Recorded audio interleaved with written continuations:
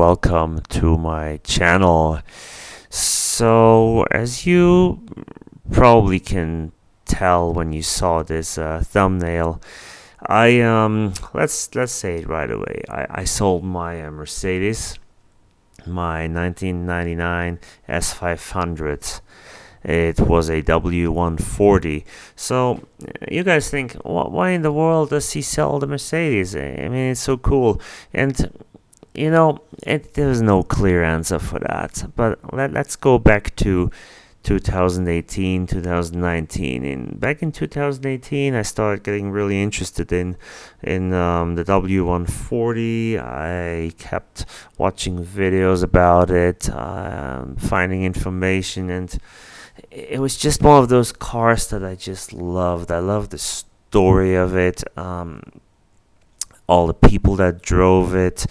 I mean, I loved the looks of it, like the last real Mercedes type vehicle, and it made me feel good. It reminded me of when I was younger, when I saw those cars, and they were the cars that the wealthy people drove, that presidents from different countries drove. It was just a fascinating vehicle. So after a longer search, I found a good one, and I bought it in 2019. And I will talk about that process in another video, because the car was good, but I still got cheated on it, and I paid too much, and the guy who sold it to me, he was not honest. And now that it's sold, I am ready to talk about that and show some photos of what happened when I bought it and when I got the car. So what happened that I'm selling it? Well, I sold it.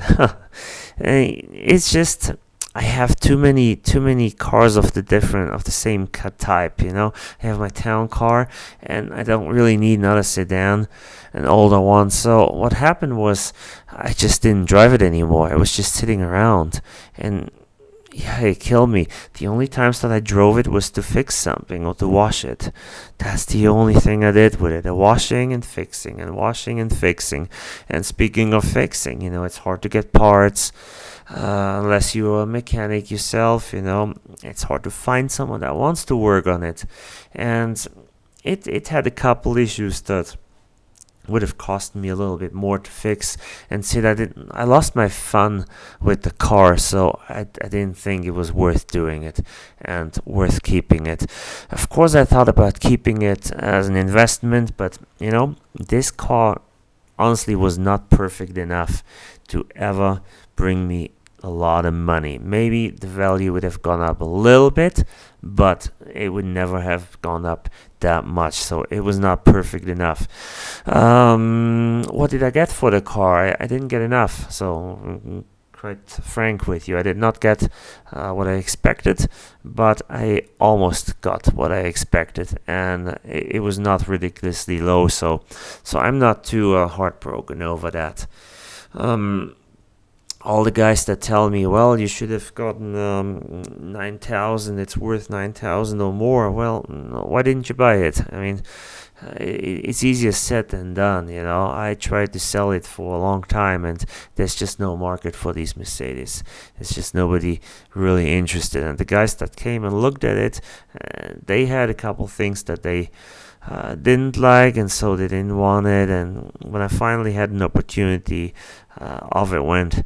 So, and I will talk about the process to sell it in another separate video, because it was quite interesting. It had some really crazy people that came to look at it, and I would like to talk about it in another video, so that I can share my experience with selling a car, and also tell you what not to do, so you don't make the same mistakes than I almost did.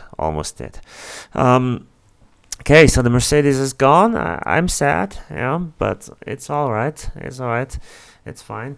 So I got something else. I got a new vehicle, and what that is, you'll find out soon in another video. So it's something completely different, but there are always some similarities to find. And is it in a good shape? Is it not? You'll find out, and you'll see what it is very soon. As of now, I wish you a good night or a happy day, whatever it is. And please watch my videos and subscribe and like. And you can hit that bell to get the notifications if you want to do that. If not, that's fine also.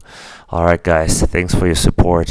Thanks for all the messages I'm getting, and thanks for the guys that are always watching. So you make this possible, and I appreciate you. See you soon.